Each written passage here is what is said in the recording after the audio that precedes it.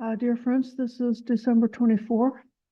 We're coming near the end of this year and coming close to the beginning of the Dhammadarini's winter retreat, which is going to be starting on January 8th. Please don't worry. We continue to give these weekly discussion programs during the winter retreat. We just cut back on a lot of other things. So we will still be able to see you and speak with you in the coming months. Hopefully the quality of what we have to teach about will be even more wonderful because we would be focusing on meditation and wisdom.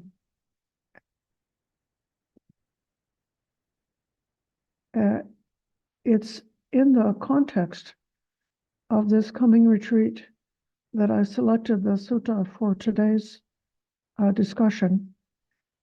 This is number 107 in the middle length discourses, which is with Moggallāna the Accountant. This sutta gives kind of a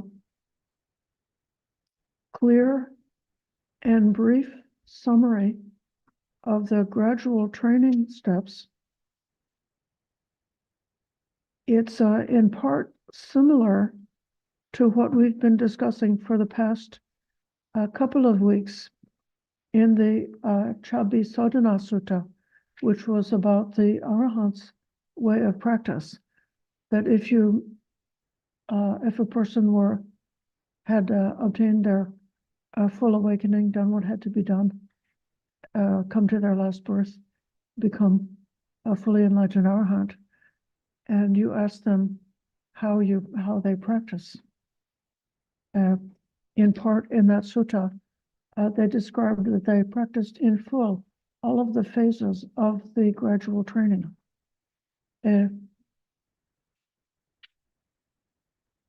This sutta that we have today is a bit of a review, a concise review of the gradual training leading to that awakening. And the sutta that I would, 107,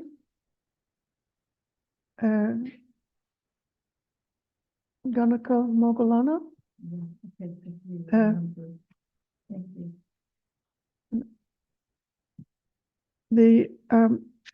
In next week is going to be Sangamita Day. It'll be a very special program. And then the week after that, as we're rolling into our retreat, I want to take up the Anenja-Sappaya Sutta, which is a very profound and subtle sutta, which is showing the interaction between samadhi, meditation, and insight, and which is addressing some aspects of meditation that might be not what some of us are personally practicing yet, which we can aspire towards. And I wanted you not to get lost in the deep and profound subtleties of the Anenja-Sappaya Sutta by having it very well fixed in your mind that any meditation that you do is based on the gradual training. The gradual training is the foundation for meditation. The points in the sutta that we talk about today are, in a way, they're not that easy to do, but they're easy to understand in the way that even someone who knows just a little bit about Buddhism can get an idea about what the outline of this training is. So without any further ado, I shall open up that sutta. Thus have I heard. On one occasion, the Blessed One was living at Savatthi in the eastern park in the palace of Megara's mother. Then the Brahmin Ganaka Moggallāna went to the Blessed One and exchanged greetings with him. When this courteous and amiable talk was finished, he sat down to one side and said to the Blessed One, Master Gautama, in this palace of Megara's mother, there can be seen gradual training, gradual practice, and gradual progress. That is down to the last step of the staircase. Would somebody in this room want to read off the footnote? I can,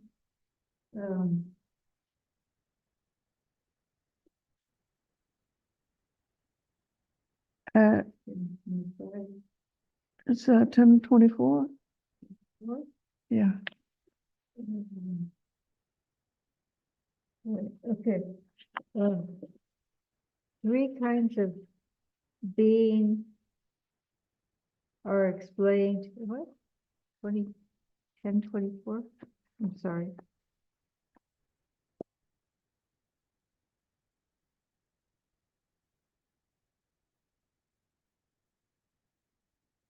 There. The commentary, MA.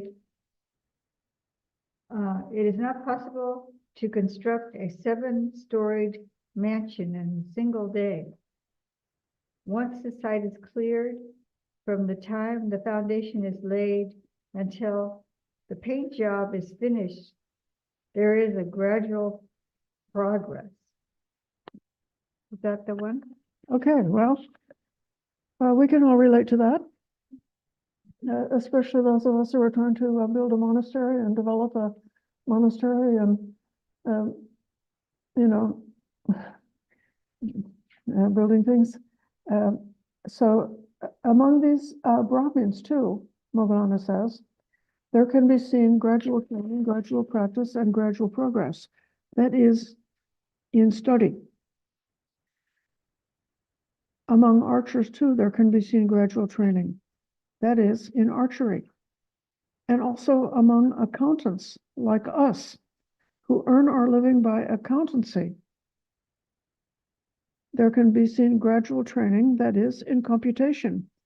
For when we get an apprentice, first we make him count 1 1, 2 2s, 3 3s, 4 4s, 5 5s, 6 6s, 7 7s, 8 8s, 9 9s, 10 10s, and we make him count 100 too. Now, is it also possible, Master Gautama, to describe the gradual training, the gradual practice, the gradual progress in this Dhamma and discipline? Do you have a footnote about accountants, Aya? Well, it just says that Ganaka, his name means Moggallāna the Accountant. Okay.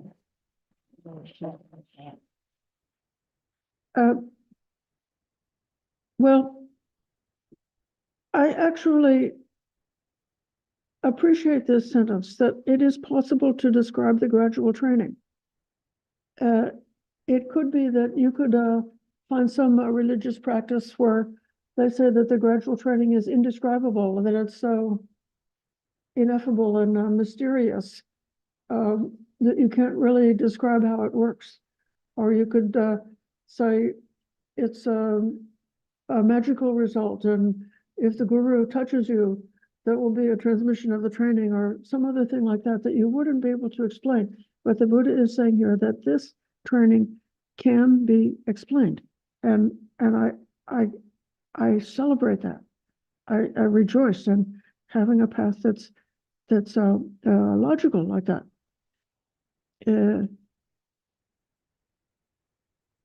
The training is called the Sikha. Practice is called Kriya, and training in Pali is called Patipada.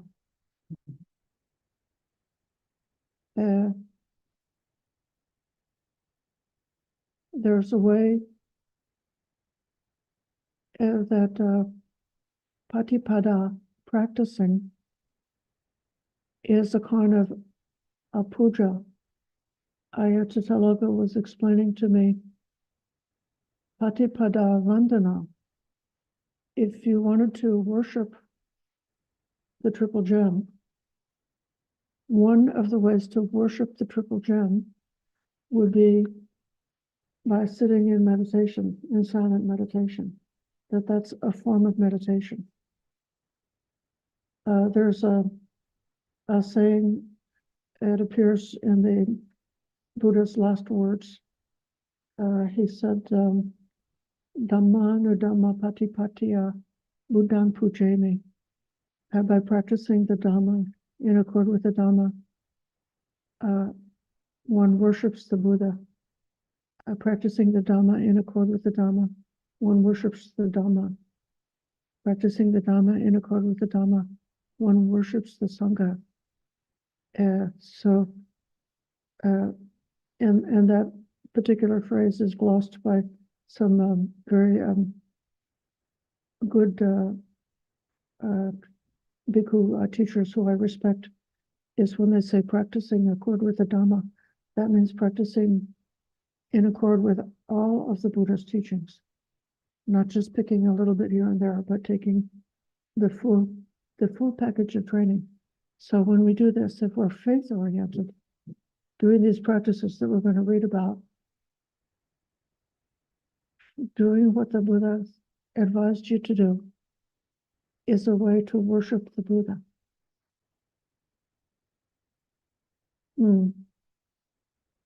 If you're an extremely rational person and not very faithful, then practicing the Dhamma in accord with the Buddha's instructions and experiencing the results will make you become more faithful because you'll experience the benefit of it.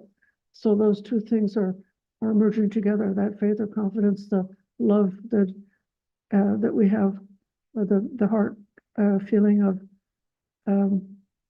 trust that we have in the Buddha and his teachings, and then doing the practice following those suggestions. Okay. Now the Buddha is going to go right into the teachings. It is possible, Brahmin, to describe the gradual training, gradual practice, and gradual progress in this Dhamma and discipline, just as, Brahmin, when a clever horse trainer obtains a fine thoroughbred colt, he first makes him get used to wearing the bit, and afterward trains him further.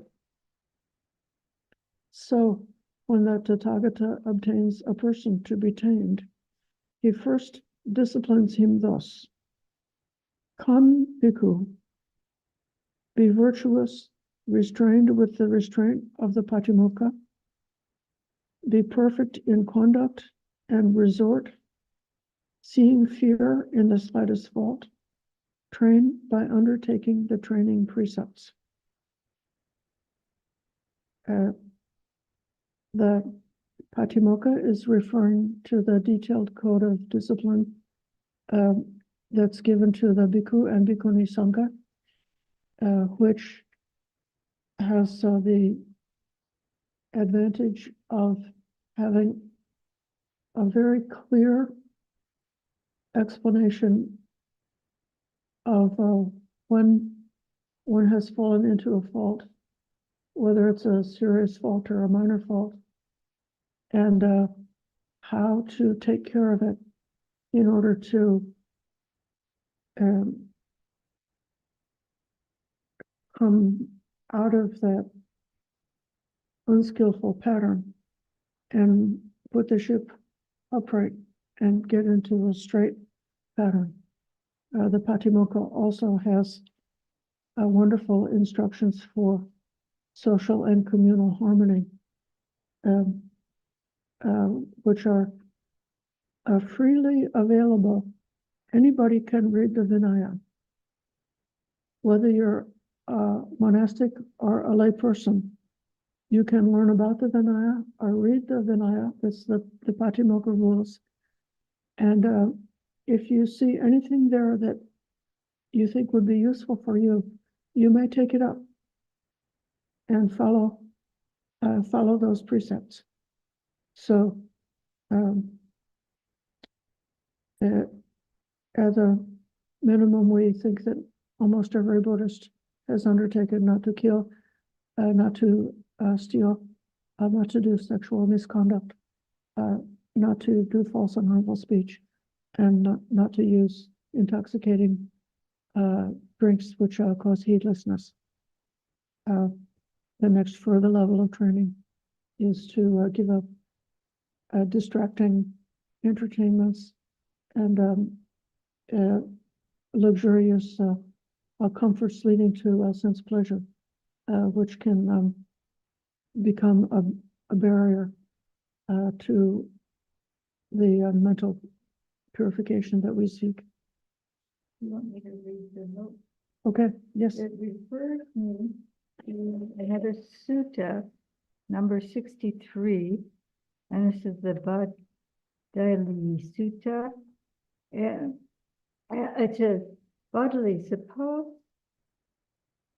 a clever horse trainer obtains a fine thoroughbred colt. First, he makes him get used to wearing the bit. While the colt is being made to get used to wearing the bit, because he is doing something that he has never done before, he displays some contortion, writhing, and vacillation. But through constant repetition and gradual practice, he becomes peaceful in that action. Yeah, so it's a new experience, and so there's some resistance. Yeah, which is what we should expect.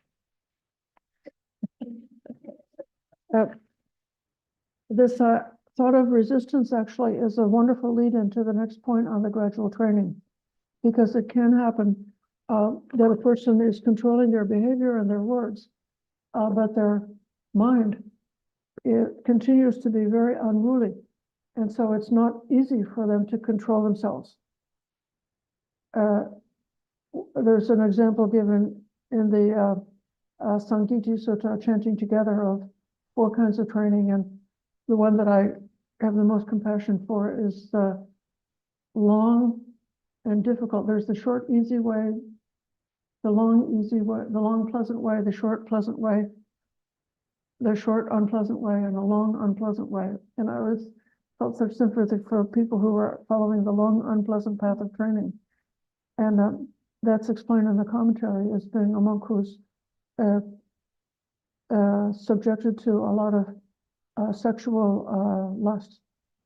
So he's a sex addict, but he, with tremendous amount of effort, he maintains his celibacy. And the months and years go by, and his addiction is not lifted, and he has to continue after a long time in the path of really making extreme efforts to not fall into a fault in relationship to his sexuality. And yet with his courage and determination, he does do that. And that monk is able to obtain the goal.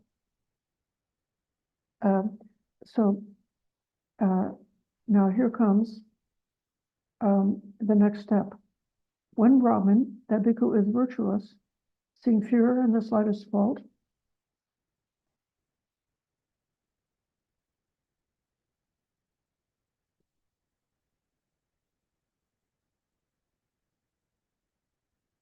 he trains by undertaking the training precepts.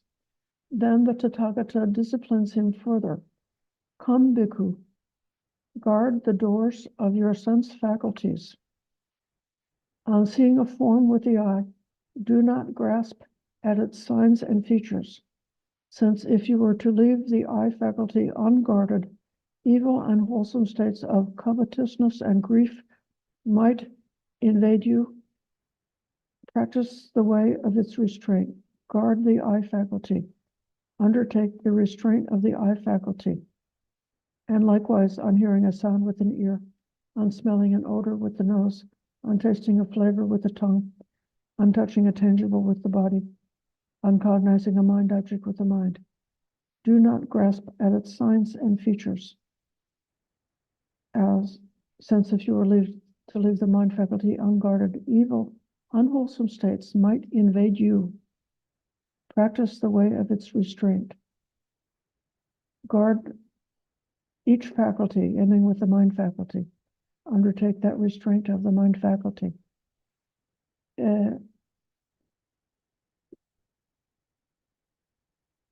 Students, we just discussed this within the past 2 weeks. I wonder if somebody can remember what we said before about the significance of guarding the senses, or if somebody has their own understanding about that, the importance of what it actually means to guard the senses.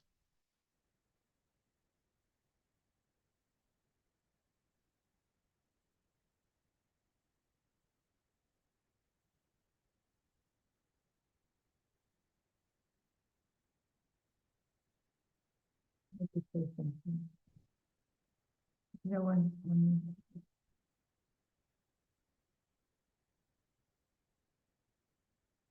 What? Okay, Susanna will answer.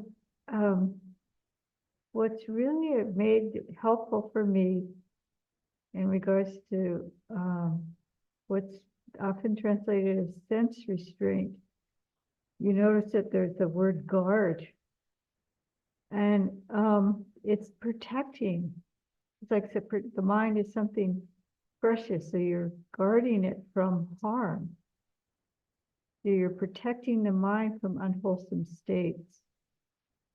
And it's not like we wear, as it go back to the horse simile, putting blinders on the horse so that the horse can't see peripherally. It's more like we see things, but we aren't trapped by them. Our mind isn't hooked in. Or we notice the arising of an unwholesome mental state, but we don't have to buy into it and feed it. So we're protecting the mind from being disturbed and harmed by unwholesome mental states. Elaine? I think Damien did a nice job of answering that the other day. For me, I think we should avoid instances that we know, like watching a graphic movie or going out with people who are going to drink and that. I think that's guarding your senses in a big way to avoid what you can. But as Aya said, if you do come across that, to realize what could happen. Is it the volition? What happens after contact? So yeah, that's my take on guarding the senses as best you can. But also the many things that come across your mind all day long. Is it wholesome, unwholesome? Thank you. I'm going to just respond to that, and then I'm going to call on Dilshan.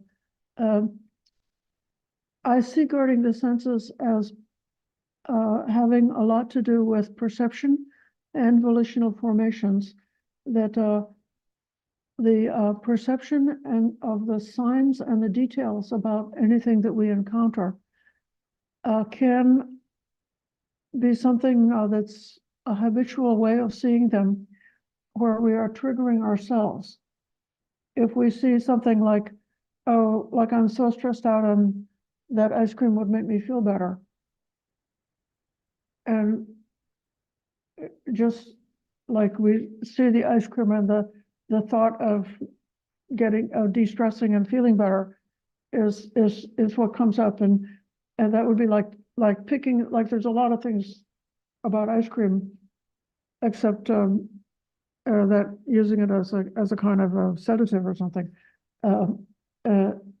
So that's not like necessarily the accurate or realistic way of seeing ice cream. It's just a sign that the mind has latched onto and grasped onto.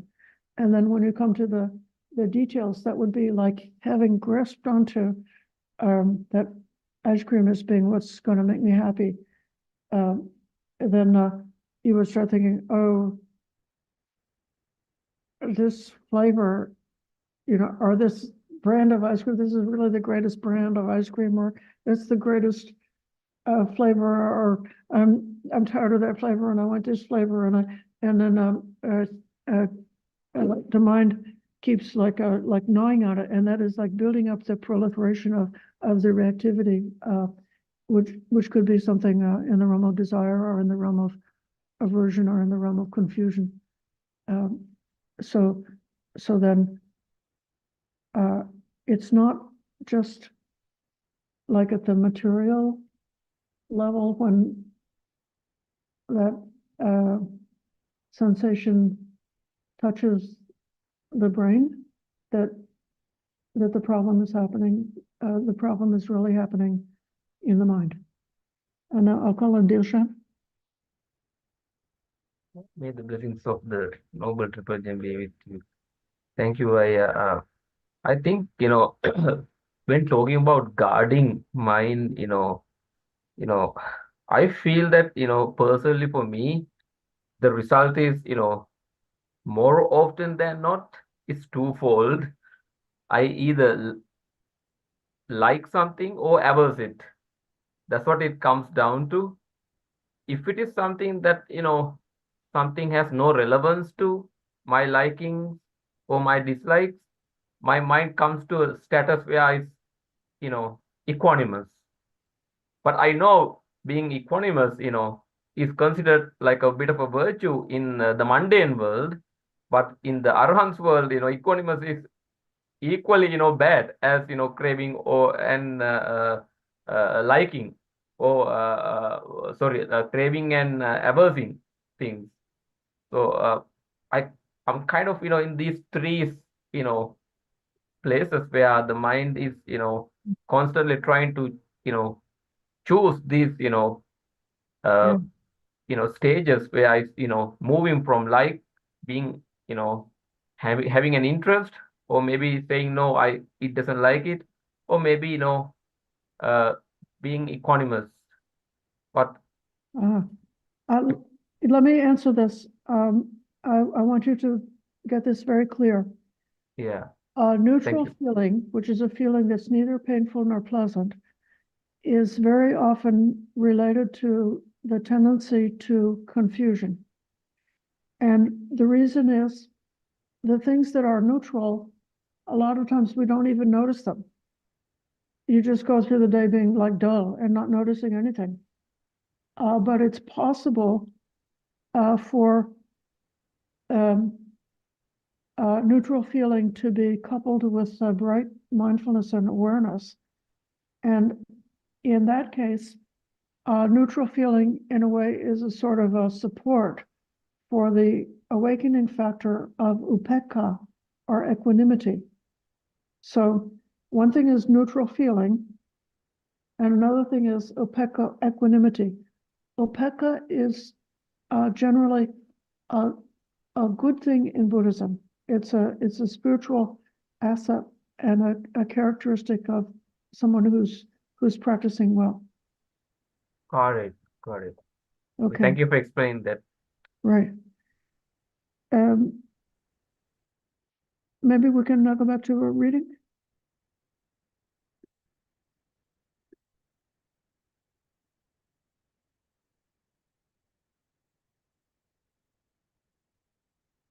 When Brahmin, the bhikkhu, guards the doors of his sense faculties, then the Tathagata disciplines him further. Come, bhikkhu, be moderate in eating. Reflecting wisely, you should take food neither for amusement, nor for intoxication, nor for the sake of physical beauty and attractiveness, but only for the endurance and continuance of this body, for ending discomfort, and for assisting the holy life, considering, thus I shall terminate old feelings without arousing new feelings, and I shall be healthy and blameless and shall live in comfort.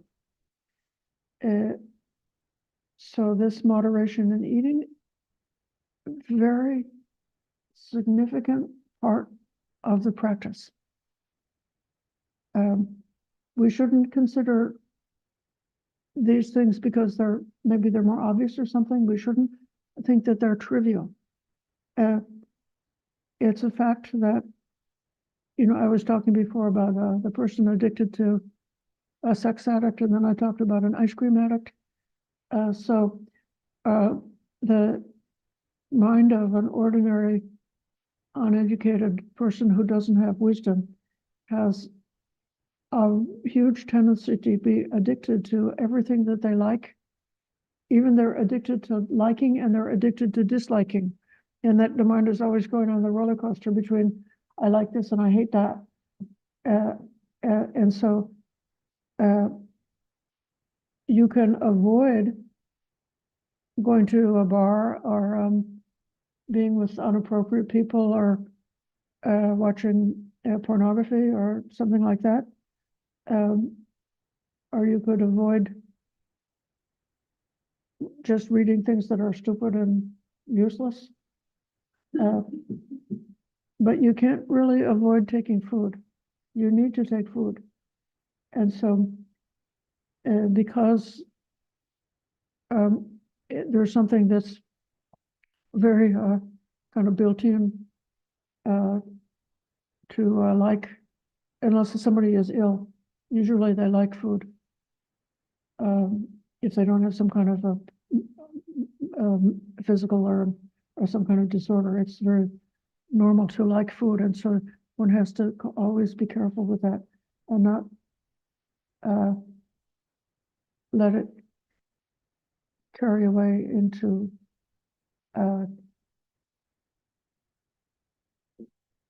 being like sensual pleasure, Vedana. We are constantly buffeted by pleasant feeling, unpleasant feeling, and neutral feeling.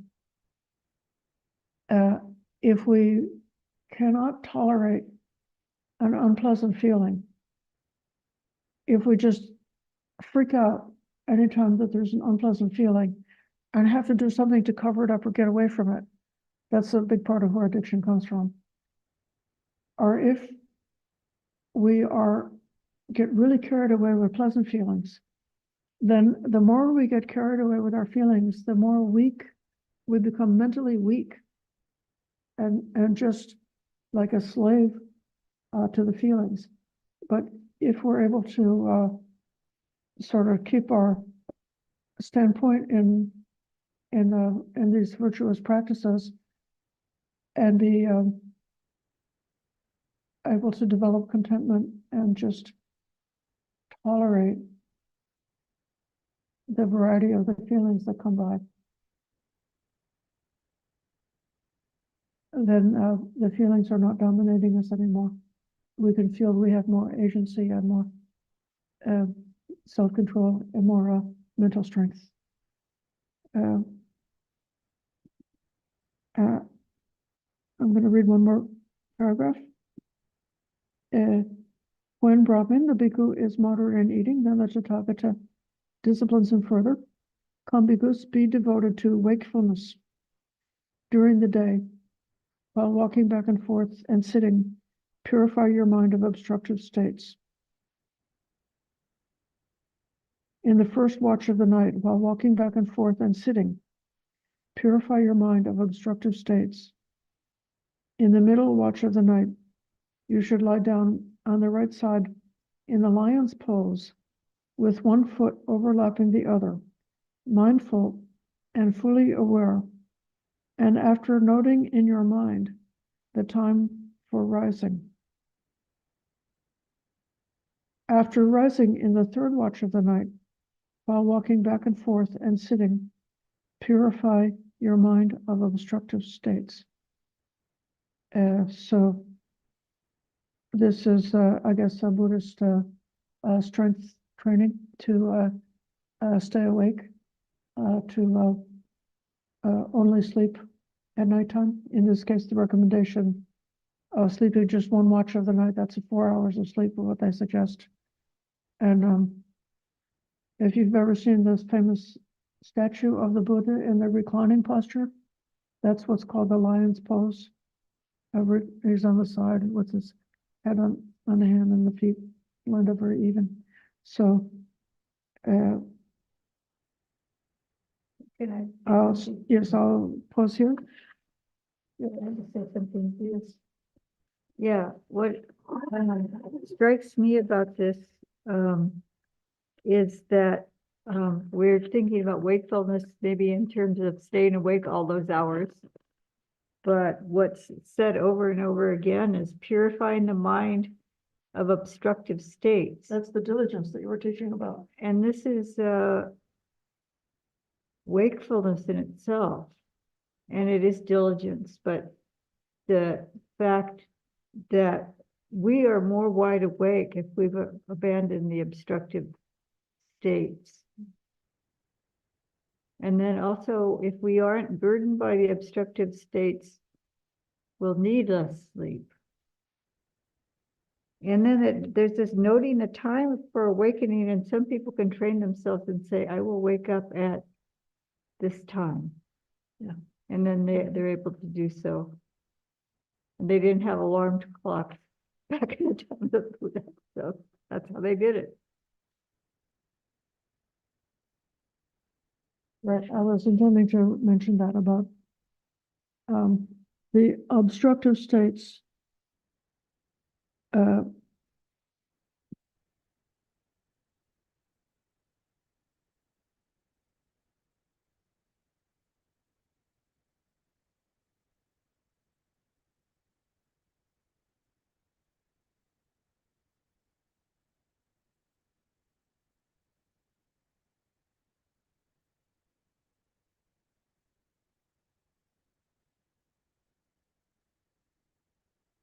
And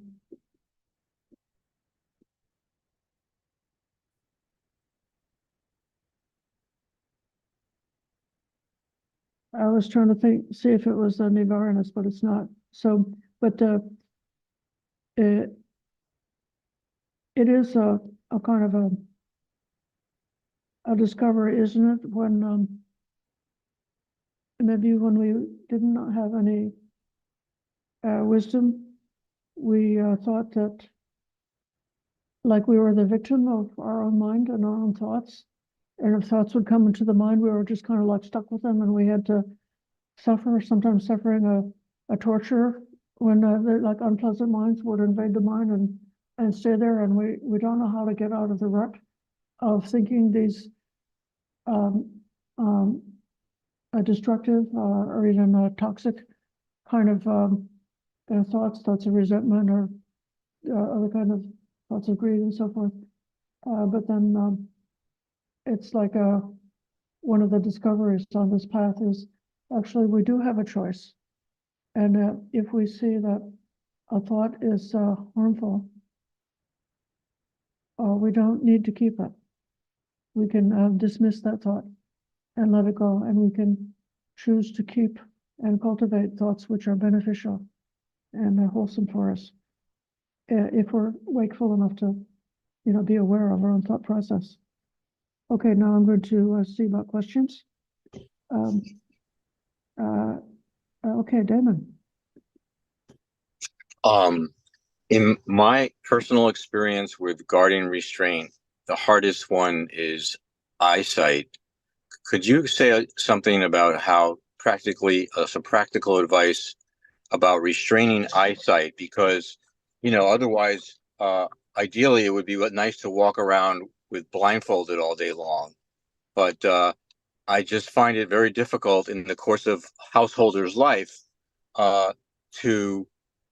for example, do you recommend casting my eyes down as much as possible? Or, is there any way to restrain eyesight realistically for the householder in the course of a day? Well, when the bhikkhu or a Buddha is walking like on the alms round, they do keep their eyes cast down, looking at the ground about 6 feet in front of them. So they're not just looking here and say, what's for sale in that store? You know, what,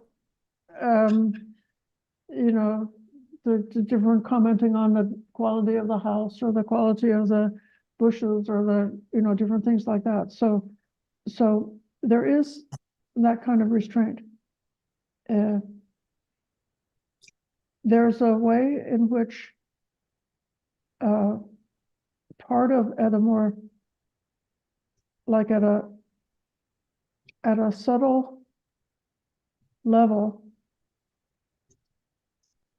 when we see something and focus on something, like if desire and craving is stirring up, part of the stirring up of the reactivity, whether like or dislike, is that like the eye or the faculty becomes focused on that thing. So like if you saw a tiger and it, you know, slips around the corner, and then your eyes would be like so focused on, oh, where's the tiger? Where's the tiger?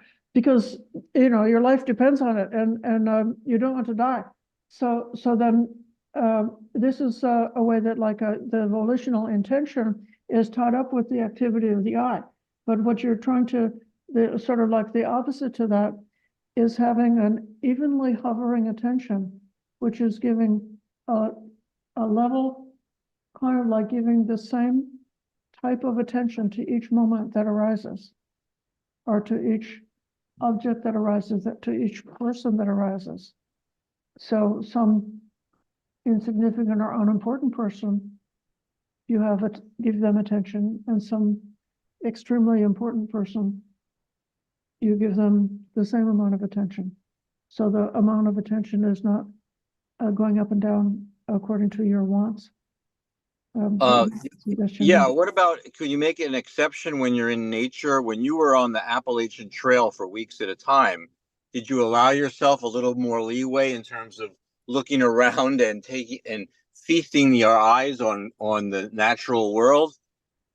I was trained on how to be able to observe nature, which is that you like at the ground level, you would look like to the left, to the middle, to the right. And then at the minimum level, you look to the right, to the middle, to the left. And then at the upper level, you look to the left, to the right. And so you're like methodically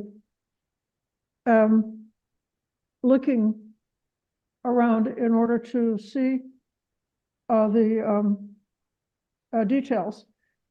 And the reason why you're doing that is if you have the training as somebody who's wants to be able to see different kinds of birds and animals in nature, you have a better chance to notice them if you're looking methodically. Okay, good. So that's related to the goal. Okay, thank you. That was before your monastic life. Yeah, as a monastic, I don't have that goal on anymore. I'm not involved with that. I see a hand up from the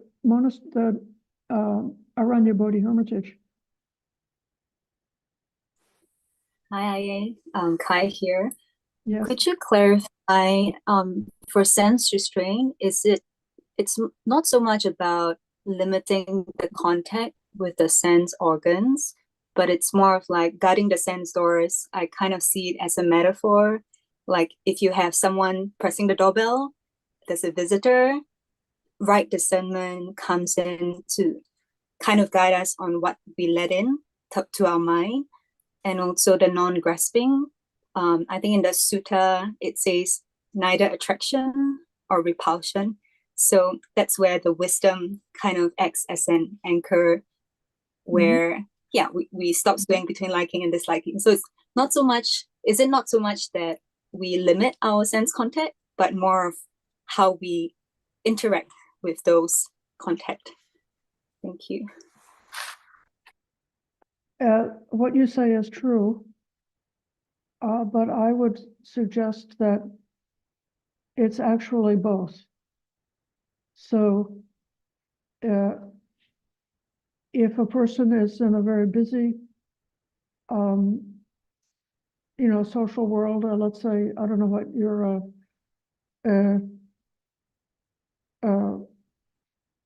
working in a job and there's a lot of people around and different people are always yelling at you or asking for things and so on like that, it could be difficult to develop a samadhi in that place. And so then you choose to intentionally go to a place that's free from people, where you can have solitude. Now, later, when the wisdom is more well established, one can go anywhere without experiencing the disturbance, because that equality of attention that has no preferences, that is able to accept, in a way, able to accept everything as far as what's coming in through the sense gates, without any choosing or any preferences. And that in that state, you can look at anything, and without causing unwholesome desires or obstructions to arise for you. But for the student, it is okay to simplify one's environment and to avoid things that are causing a disturbance, just so the mind becomes more like stabilized.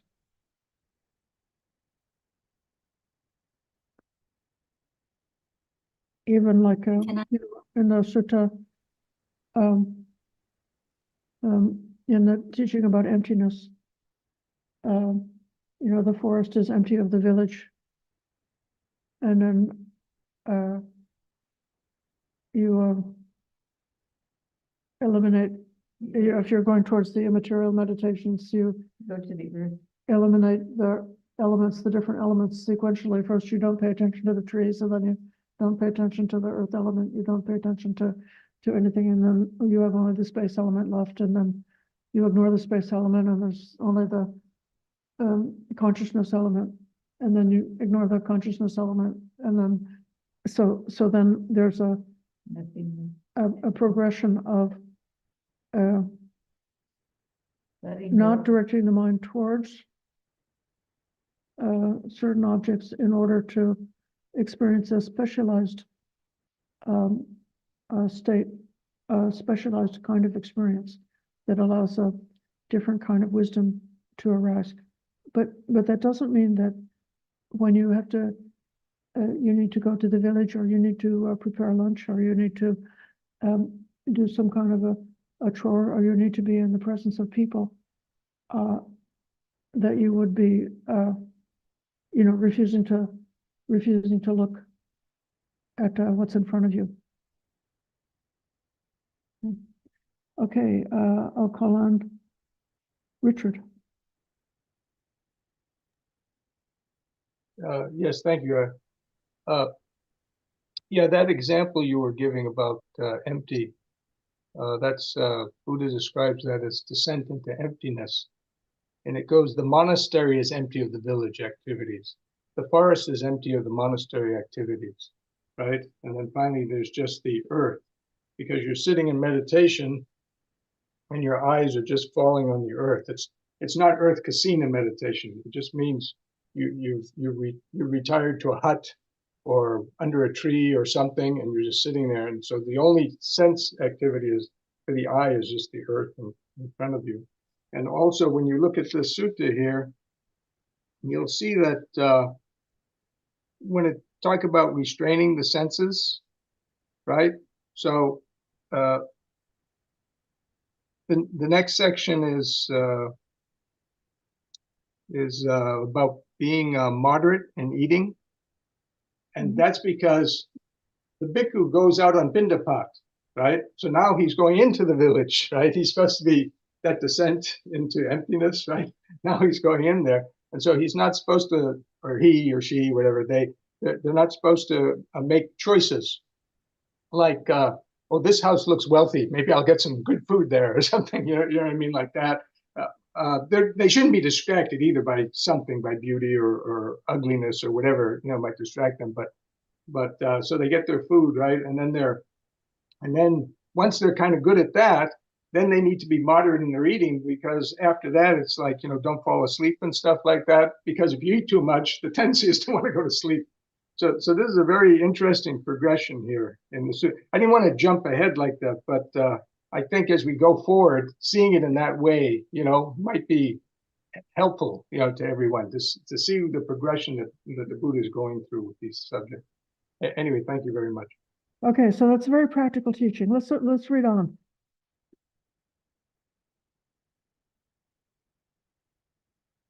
When the bhikkhu is devoted to wakefulness, then the Tathagata disciplines him further. Come, bhikkhu, be possessed of mindfulness and full awareness. That's sati sampajanya. Act in full awareness when going forward and returning. Act in full awareness when looking ahead and looking away. When flexing and extending your limbs. When wearing your robes and carrying your outer robe and bowl. When eating, drinking, consuming food and tasting. When defecating and urinating. Act in full awareness when walking, standing, sitting, falling asleep, waking up, talking, and keeping silent. We discussed this over the past couple of weeks, and that sati sampajanya.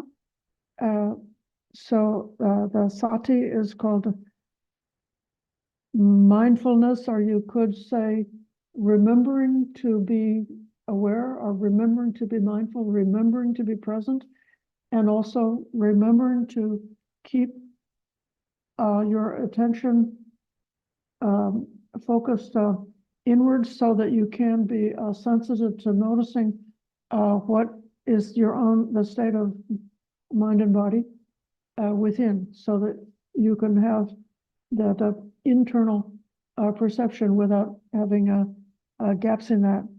And then there's recollecting that I'm supposed to be guarding some states when mind gets remembering what one should do. So recollecting. Yes. Yeah. We talked about the four ideas of when doing something, that one is aware of the purpose, or what's the intention, why we're doing it. One is aware of the suitability. Is this the right time and place for doing this? One is aware of the domain, meaning putting the focus of awareness internally and not just thinking, like about something outside there, or that they made me do it, or not misplaced attention that's only directed outside. And then with non-delusion, or with wisdom, seeing the impermanence, unsatisfactoriness, and selfless or impersonal quality in everything that we experience. So just this list of different kinds of activities, I think, is very powerful in teaching us that there's no activity that's so unimportant that you don't have to do it with mindfulness. So we can't say, like, while I'm sitting in the meditation hall, then I'm going to be mindful, but then when I have to go and answer the telephone, then I won't be mindful. Or or when I have to go to the bathroom, I won't be mindful. Instead, try to be mindful for all kinds of activities. There's not some activities that are sublime and worthy, and some activities that are low and degraded, and the ones that are low, you just try to ignore them, and the ones that are high, you pay attention instead. It's actually coming back, isn't it, to this idea of even balanced attention, which stays at a kind of a constant, continuous level of paying attention to everything, not just being selective.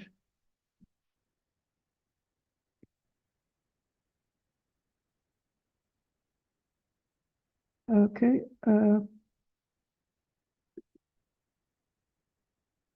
Richard and then Damon.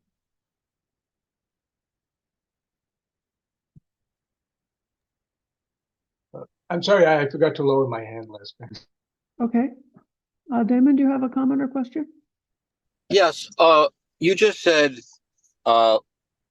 it can be practical to look at things on the outside and see the three characteristics. So, practically speaking, how would you be able to look at something like food, since you used that example before?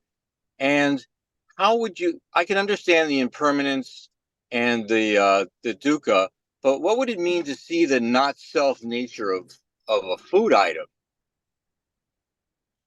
Well,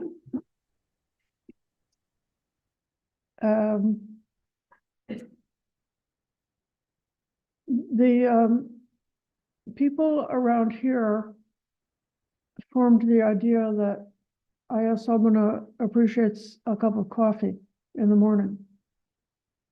And they then started to make it into like this whole custom that like every single morning somebody delivers a cup of coffee. And they talk to each other about it and teach each other how to make the coffee so that and when and how it has to be delivered. And so then the danger is then, where's my coffee? Just because it usually happens at a particular time of the day. And if I were really good, I would try to cut off that habit and tell them not to bother. And if some coffee happens to come along, we can have it. But if they run out of coffee, then we'll just have water or something else, tea or something else, and it doesn't really matter what the beverage is, and so but this is how like self conceit comes into like the choices we make about food. Like people have certain ideas about what type of food they prefer or what type of food is like good for the health of their body, and then they start then making the same choice every time. Like some people really identify with the salad. And I used to have when I was a cook at the Bhavana Society, we had one bhikkhu who was from Africa, and this probably wasn't really like, I don't know if it was nice or not, but this was my level at the time. I thought, well, he's from Africa, so he would really like some African food. So let me learn about the traditional popular dishes in Africa. Which country? Uganda. Okay, so you found Uganda. So I found Uganda recipes and, and offered them like, from time to time. And it, clearly it was, like a sort of a comfort food or something that I hope it was seen as an act of kindness, but it also was like, it was almost like I was trying to cause that monk to get carried away with sensual desire by giving him, some food that would be so lovable for him. But you can examine the food and say, well, when there's the food that's on the table, it's not yours. But when you put it on your plate, does it become yours? Or when you put it in your mouth, is it yours? When you swallow it, does it become you? And then when you urinate it or defecate it, does it become not you? And just so where's the self in this whole process that we have to keep going on and on with? Can I suggest one other way to look at it too? You're looking at the chocolate cake and you think that the chocolate cake is screaming at you, eat me. But the cake has absolutely no substance, right? It's empty, right? Yes. Okay, thanks. Dilshan. Yeah, thank you, Aya. Since we are talking about eating in moderation, food and all, you know, I remembered, this particular arahant who ate as much as five bowls of alms a day, and then, or maybe at a time or a day, so that, other monks, made a complaint to Buddha regarding that because, it was like a great deal of food. So in that case, the Buddha shared with the monks that this particular arahat was an elephant in his previous life, and that is why he eats that much food. But how does eating in moderation work? How did eating in moderation work for that particular arahant? Did Buddha make an exception for him because he he needs that's this bare minimum, let's say five bowls of alms is for him that is eating in moderation. Is that why Buddha allowed him to do so? Or Buddha, I'm curious what Buddha's take was about it. Although we understand that okay, he was an elephant, so elephant would eat a lot of food. But now that you are an arahant, now how do And you so, cope with all these karmic habits that you bring to your arahant life? Thank you. and the Patimokkha, the rule is not to take more than 5 bowls of food. Definitely. Not to take more than 5, and that's the monk was the woman asked the lady for some cake, and she gave a bowl of cake, and then he went back and shared it out with the other sangha there, and they all like ate the cake, and they were very pleased with the cake. And then they asked him, well, she was at her mother's house, and she wanted to go back to her husband. But the monk kept going day after day. He kept going and asking for cake. And then the lady kept needing to cook more and more cake to take care of the monks. So she didn't go back to her home. And then the husband thought that she had divorced him and married somebody else. So because of the monks' greed and continuously being not restrained in what they're asking for. So some of these stories are kind of like exaggerated, like a satire, to make something memorable. And I think it's more like an inside job that one should change one's attitude about food. If I was an arahant, or if a monk were an arahant, the lay people would want to offer him some food or offer her some food because they know how much merits they get from offering food to a fully awakened arahant. So, John, I know there's one famous monk who has a big reputation. I wouldn't necessarily say he's an arahant, but he's got this really big, gigantic alms bowl. And the explanation is that a lot of people want to put food into his alms bowl because they feel that he has merits. But he does take the food out and give it to others in the Sangha. Right. We're advised, aren't we, to take the amount that you want and try taking less than the amount that you want. Right. I think that, the amounts aren't as important as person's need for food. And then, so the person who needed the 5 bowls of food, maybe they were like walking 5 miles and they were strong and tall and very muscular. And so they're burning a lot of food and they actually needed that much food. So it would be different for me who can only eat a small amount of food. So I learned to be sensitive to the amount of food. And if I'm very sensitive to how my stomach is feeling. And even if I've taken what I think is the right amount, often I'll leave some behind because I get to a point where, I can tell that it's starting to get to be the right amount and I don't want to go over it. And then, but that takes a sensitivity and a willingness, even though there's like some chocolate cake sitting there uneaten, I know that that's gonna go over what I need. So, so you have to look at what's greed and what's need.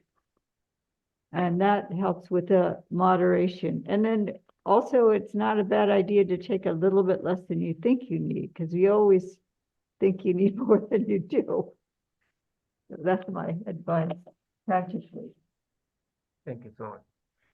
Let's go back and read a little bit more.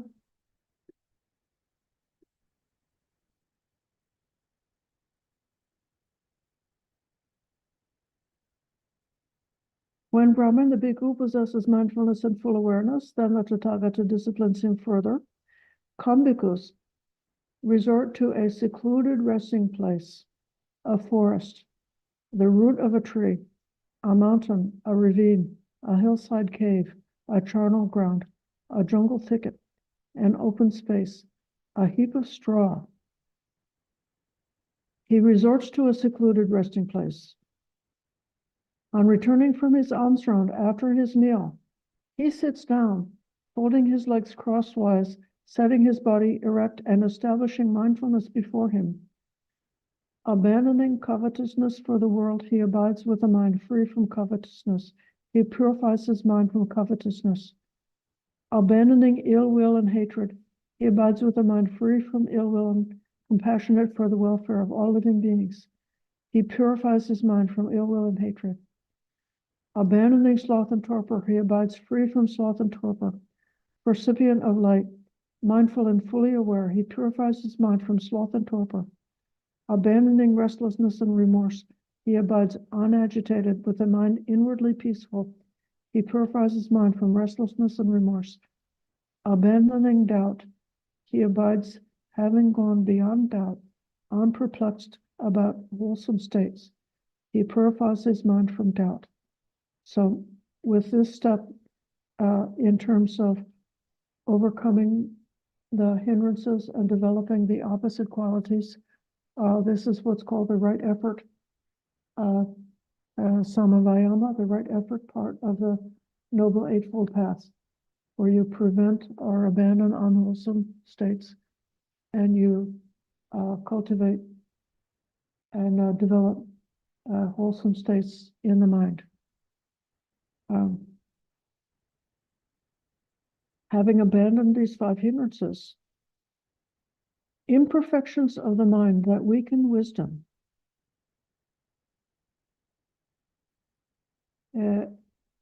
quite secluded from sensual pleasures, secluded from unwholesome states, he enters and abides in the first jhana, which is accompanied by applied thought and sustained thought with rapture and pleasure born of seclusion.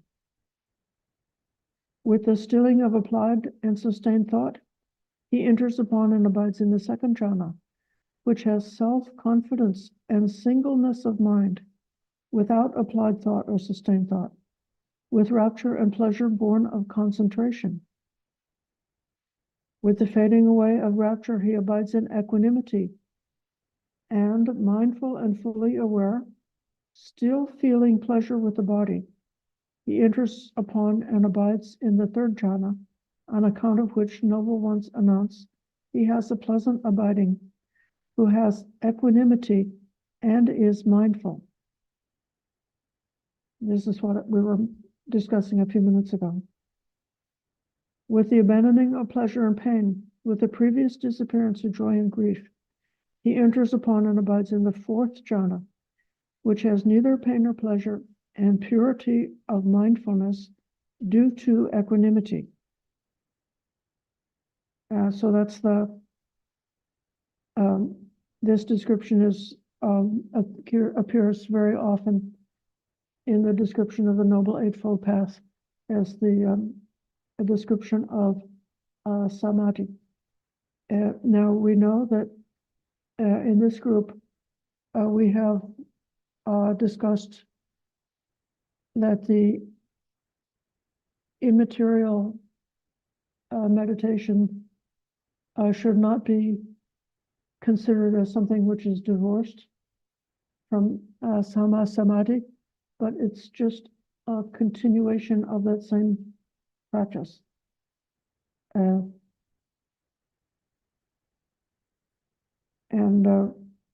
That's in 2 weeks. I think we will be looking more beyond this fourth jhana. But this meditation up to the fourth jhana is very much corresponding to the Eightfold Noble Path. They say that with this training, one comes close to awakening. This is my instruction, Brahmin, to those bhikkhus who are in higher training, whose minds have not yet attained the goal, who abide aspiring to supreme security from bondage. But these things conduce both to a pleasant abiding here and now, and to mindfulness and full awareness for those bhikkhus who are arahants with taints destroyed, who have lived the holy life, done what had to be done, laid down the burden, reached their own goal, destroyed the fetters of being, and are completely liberated through final knowledge. So all of these practices are the practices of a trainee who's aspiring to complete the work, and also the practices of an arahant, one who has completed the work. I'm going to keep reading because I want us to read this sutta today. Then the Brahmin Ganaka Moggallāna said to the Blessed One, when Gautama's disciples are thus advised and instructed by him, do they all attain Nibbana, the ultimate goal, or do some not attain it? When, Brahmin, they are thus advised and instructed by me, some of my disciples attain Nibbana, the ultimate goal, and some do not attain it. Master Gautama, since Nibbana exists and the path leading to Nibbana exists, and Master Gautama is present as the guide, what is the cause and reason why, when Master Gautama's disciples are thus advised and instructed by him, some of them attain Nibbana, the ultimate goal, and some do not attain it? As to that, Brahmin, I will ask you a question in return. Answer it as you choose. What do you think, Brahmin? Are you familiar with the road leading to Rajagaha? Oh, yes, Master Gautama, I'm familiar with the road leading to Rajagaha. What do you think, Brahmin? Suppose a man came who wanted to go to Rajagaha, and he approached you and said, Venerable Sir, I want to go to Rajagaha. Show me the road to Rajagaha. And then you told him, now, good man, this road goes to Rajagaha. Follow it for a while. You'll see a certain village. Go a little further. You will see a certain town. Go a little further. You will see Rajagaha with its lovely parks, groves, meadows, and ponds. Then, having been advised and instructed by you, he would take the wrong road and go to the west. Then a second man came who wants to go to Rajagaha. He approached you and said, Venerable Sir, I want to go to Rajagaha. Show me the road. And you told him and gave him the complete directions to Rajagaha with its lovely parks, groves, and meadows. And then, having been thus advised and instructed by you, he would arrive safely in Rajagaha. Now, Brahman, since Rajagaha exists and the path leading to Rajagaha exists, and you are present as the guide, what is the cause and the reason why, when those men, thus advised, instructed by you, one man takes the wrong road and goes to the west, and one arrives safely in Rajagaha? What can I do about that, Master Gautama? I am the one who shows the way. So too, Brahmin. Nibbana exists. The path leading to Nibbana exists. I am present as a guide. Yet when my disciples have thus been advised and instructed by me, some of them attain Nibbana, the ultimate goal. Some do not. What can I do about it, Brahmin? The Tathagata is one who shows the way. So the general footnote. Well, the footnote doesn't help us too much. Moggallāna the Accountant, compare the Dhammapada verse 276. You yourself must strive. The Tathagata only points the way. Yeah. It may be that some people are slower walkers, or they take an apple on the way, longer. Well, it's kind of our version of free will in a sense. Some of them just take the wrong turn. They become distracted, they get or some of them sort of like run out of steam and they just stop.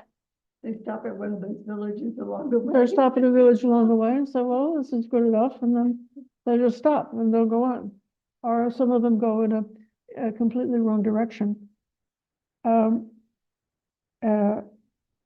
Brahman Ganaka said, there are persons who are faithless, who have gone from the home life into homelessness, not out of faith, but seeking a livelihood, who are fraudulent, deceitful, treacherous, haughty, hollow, personally vain, rough-tongued, loose-spoken, unguarded in their sense faculties, immoderate in eating, undevoted to wakefulness, unconcerned with recluseship, not greatly respectful of training, luxurious, careless, leaders in backsliding, neglectful of seclusion, lazy, wanting in energy, unmindful, not fully aware, unconcentrated, with straying minds, devoid of wisdom, dwellers, drivelers.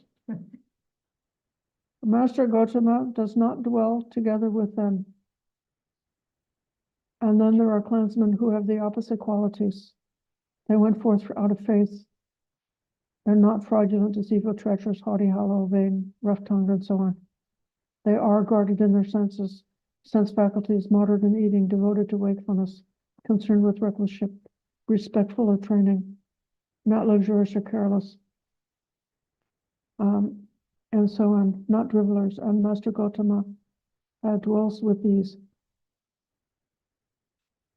We had some conversation here at our temple. We were talking about this sutta and remembering that first of all, even in the Buddhist day, especially when the Sangha became well supported, there were some monks who thought it was an easier life than being farmers, and they became monks for that reason. They just wanted to get alms food without having to work for it.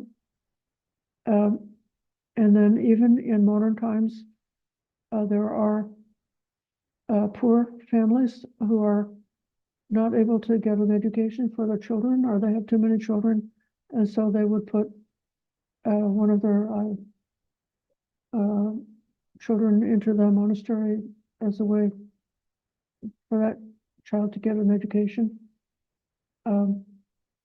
So it's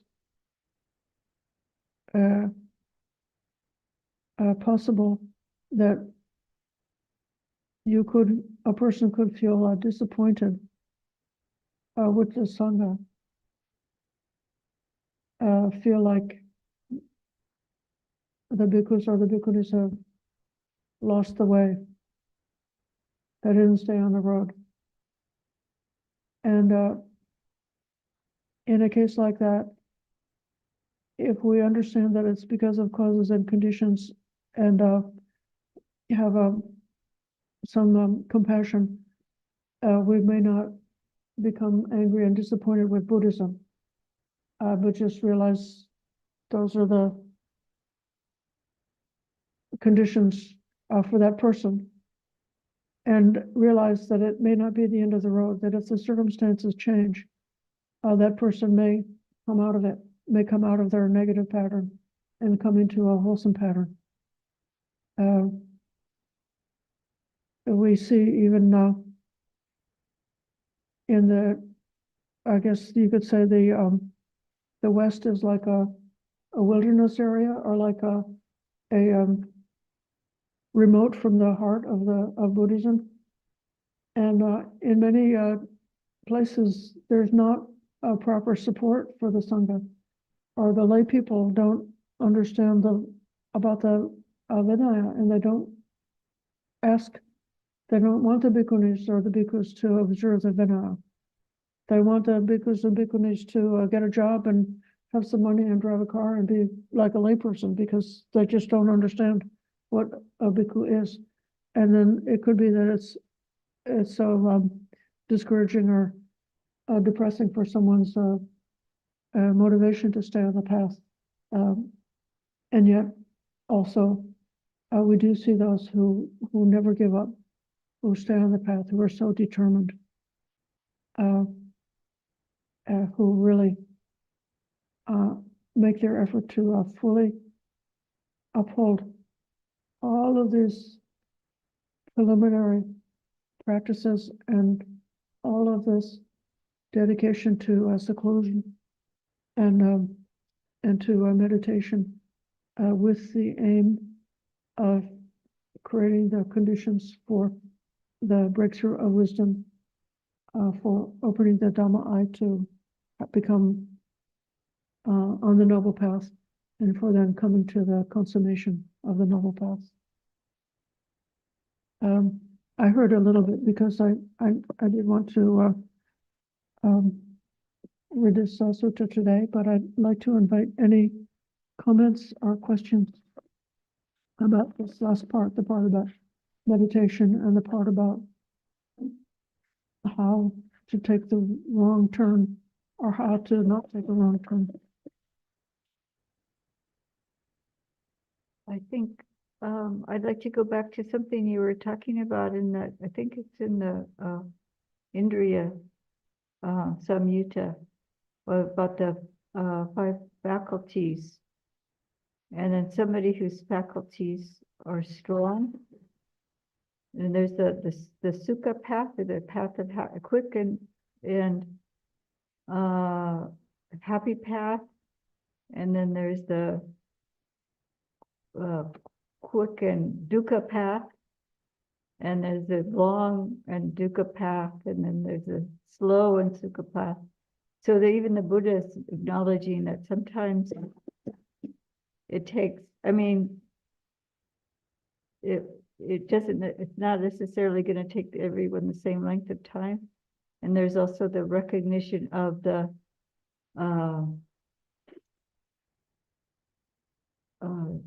different stages of awakening. And that, so it's, yeah, when I read that, you know, the first thing in my mind is it just sounds like, oh yeah, all you have to do is walk along the road and you get there, right? But it's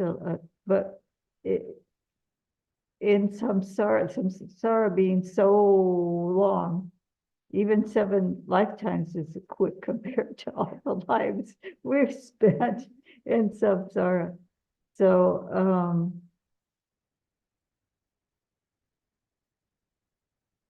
yeah, so as long as we're diligent, we'll get there. Even if we're slower walkers, or we have to take more pit stops along the way.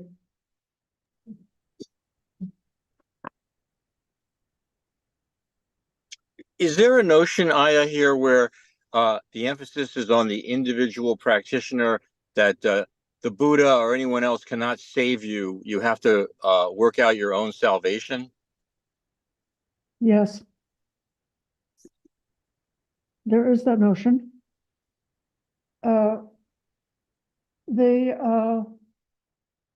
There's a condition, there's a statement about the condition for the arousing a right view, which is, has the 2 factors, mindfulness and clear comprehension, and the voice of another. So at some point in our path, encountering that noble teacher, or encountering at least the suttas in a written form, or hearing somebody who can recite the suttas properly. So that voice of another does seem to have an essential part as some part of the path. But then to come to the goal, you need to, each person has to do it for themselves. They cannot become enlightened by means of a gift that's just given to them by another, or some kind of a transmission from a guru or something like that. Not from a sacrament, not from taking communion, not by doing a ceremony, but instead just this, we just told you, this, to do this gradual training. That's what the Buddha said is the way to the goal. And so having enough confidence to be willing to undertake this training until one gradually or quickly that the independent insight and wisdom arises and one becomes more and more self-sufficient and can be more and more self-directed in their path. Richard. Thank you. Yes, this, in my opinion, this Pali translation, the Tathagata is one who shows the way, or like the Brahmin said, you know, when asked about it, he says, well, I'm just showing the way, right? That shows is actually not a good translation. It's more like declares the way. If you look at the Pali, you know, because the Buddha doesn't take your hand and, you know, drag you through the path, right? And in the example, he says, if someone comes and asks you how to get there, you tell him how to go, and then he goes. You know what I mean? And if he goes wrong, that's his choice. If he goes right, that's his choice. So it's like, you know, he explains it, and then you have to do the work. You know, you have to follow, and then you'll have the experiences if you do. You know, if you follow it correctly. Anyways, that's the only point I want to make. But thank you very much. Thank you. John has, I think you wrote a note in the chat, but would you like to speak with us? Sure, Venerable. How are you doing? I hope you're doing well there at the monastery. Yes. Okay. Sure. So I can read what I typed in. So from the point of view of sense restraint, what should we do when an unwanted Dhamma slips into our mind through a sense door and gives rise to unwholesome qualities? Should we immediately try to remove it? And what happens if that just makes the whole thing worse? I recommend that you should first understand it, which can be very fast, depending on how well you've done your you know, training and reflecting, how much you've developed in the Dhamma, and then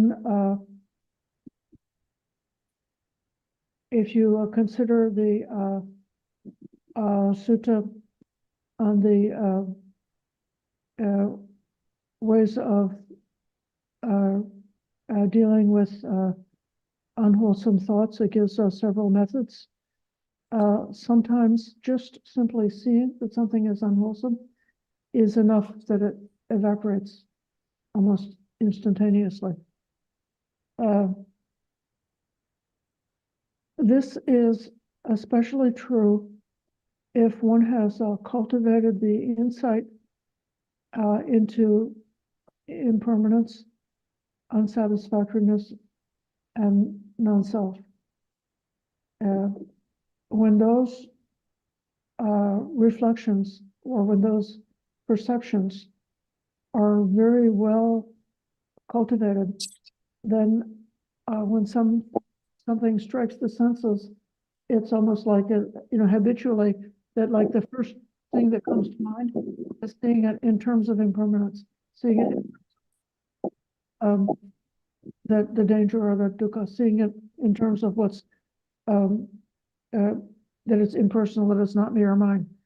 But then if you don't have those perceptions developed, then indeed those negative or dangerous or poisonous thoughts can take hold and proliferate in the mind, and it can be difficult to shake them off. Even if a person is mentally ill, if somebody is actually mentally ill, one of the aspects of mental illness is that the mind can get into a very repetitive rut of always thinking the same pleasant, difficult thoughts over and over again. I used to have a dear friend who was a mentally ill person. She was a homeless lady, but we were friends because we had both gone to the same college. And I knew her for about 15 years. When I was a layperson in Washington, she was homeless. And every time I saw her, she told me that her ex-husband was ripping her off and she needed to see the dentist. And like this was over a 15-year interval. So it was like those two thoughts somehow like developed to become obsessions.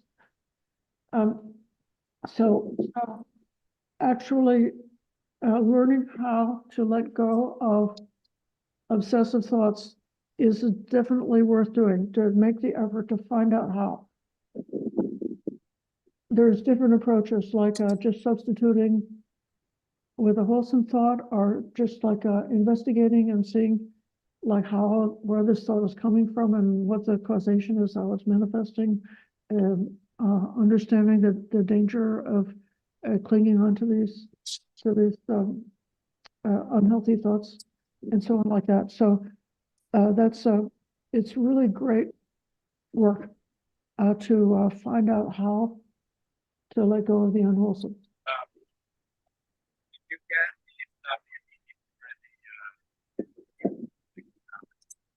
There was another question from John earlier about sati being remembrance of what should be done by the cultivator or as a present moment awareness. It's actually sort of both things, and remembering to be present, remembering to keep that present awareness alive, as well as, in a way, remembering to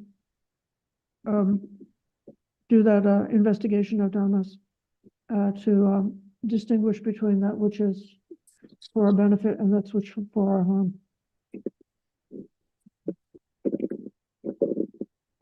I'm aware that the time is going by, and I'm happy to talk all day, but I know that some people may need to leave because we've gone over our time. Dilshan, is that one, maybe the last question? Yeah, thank you, Aya. Since we are talking about Buddha being our guide to Nibbana, our teacher, I also thought it's worth, some of the ways in which he mentioned, how people should, endeavor towards Nibbana themselves, because, in Swakato Bhagavata, we say Ehi Passiko, right? He said Ehi Passiko, which means come and see this. I'm not going to, convince anyone about Nibbana. It's something for you to do, and I'll show you the path. And also, I remember this conversation he had with Ananda, where he picked a little bit of soil with his fingernail, and he says, Ananda, do you see how much soil I have in my finger? The Ananda says, yeah, I see it's a very little bit of soil. And do you see how much soil is on the earth here, on the ground? Yeah, that's greater than what you have, what you are holding in your fingernail. Okay, those who follow my teaching and attain Nibbana represent, the little bit of, soil in my finger. Whereas those who do not, follow the path to Nibbana represent the earth, he says. So there he says that, even though I'm preaching the Dhamma to everyone, it's only a very, very small amount of people who reap the fruits of it and cross over samsara. Thank you so much. So we can just take this relatively concise sutta that we had and treat that as the handful of leaves or the little bit of soil that the Buddha was holding. It's just a small amount. We could read it in less than 2 hours. But if we would just follow that, that will be enough for us to be able to go the right direction and reach the goal. Right? So we don't need really hundreds and hundreds of books. We just need to have to have the teaching that we're able to understand, and then to really sincerely make the effort to practice with it. I would like to invite us to give respect to the Triple Gem. Okay.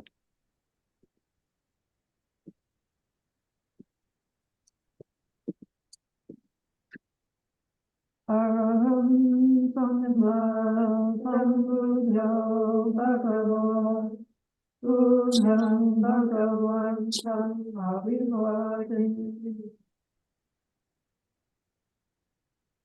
Svakato Bhagavata Dhammo Dhammam Namassami